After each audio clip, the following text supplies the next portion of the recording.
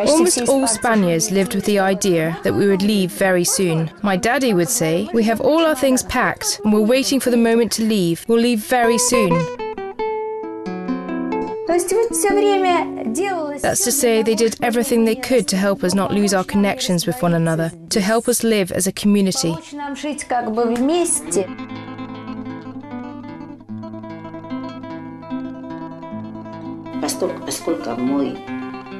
My dad was the first one to sign up and the first to leave for the Soviet Union as well.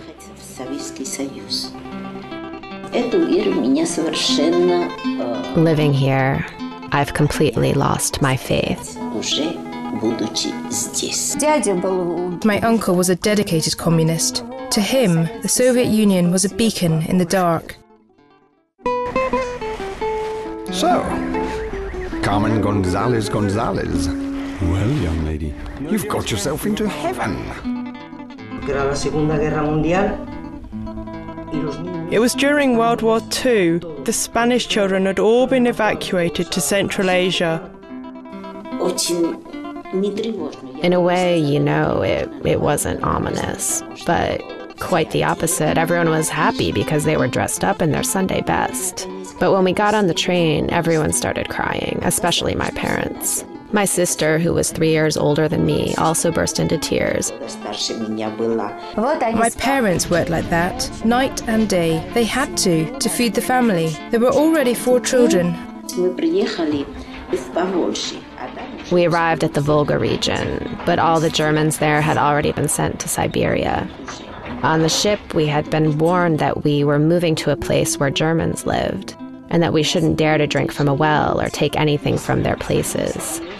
This was because before they left, they had supposedly poisoned everything.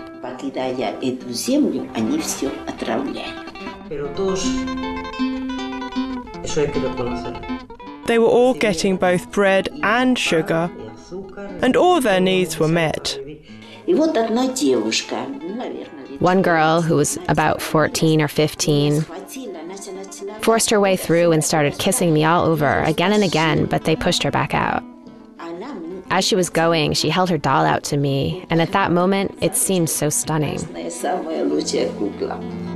Even if religion is forbidden, even if a person doesn't go to church, faith still lives in his soul.